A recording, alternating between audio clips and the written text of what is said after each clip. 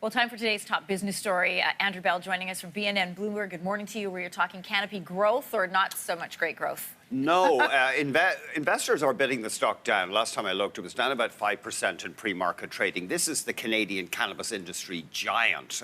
They had sales of almost $100 million in their latest quarter. World's largest producer, correct? Canopy Growth? Legal producer anyway, yeah. And I'm trying to think what criminal organization might have bigger. Fair enough. Certainly, yeah, the legal producer. Yeah. But a couple of things are worrying analysts. A big jump in expenses. But ominously, perhaps, this is their fourth quarter, the end of their fiscal year.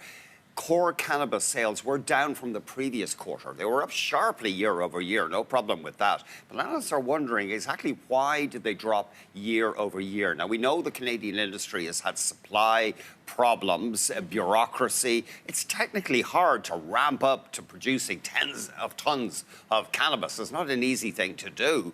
No. Because they're not just growing it in fields, they're growing it indoors, and that can lead to problems with mildew. It's a learning curve. Sure. But analysts not thrilled to hear that the sales were down quarter over quarter. Medical sales were down year over year.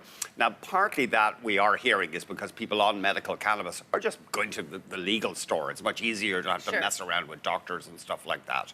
But it's interesting, expenses up, sales down, quarter over quarter. Overall revenue was up as they diversify into vapes and stuff like that. Right. So Canopy has some explaining to do. We will have Bruce Linton, the boss of the company, on later on BNN Bloomberg. Yeah, a lot for the little Smith Falls company. I remember before it was legal, and they were starting to set up and set the model. That's right. Tweed, Ontario. They put that on the map as a cannabis capital. When when we're setting up, as you said, it's a learning curve. This is a new industry in Canada. Right, This is to be expected, correct? Yes, but you do expect growth. I mean, with the massive multiples on these stocks. Now, in Canada, the stock is being valued, or as of the close yesterday, it was being valued at about $20 billion Canadian.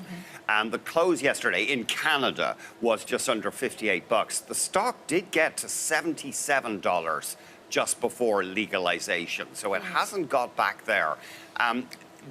They're into a whole new world here because the Americans are ramping up pretty quickly. Yes. Now, Bruce Linton, as you know, has done that deal to buy an American company called Acreage Holdings.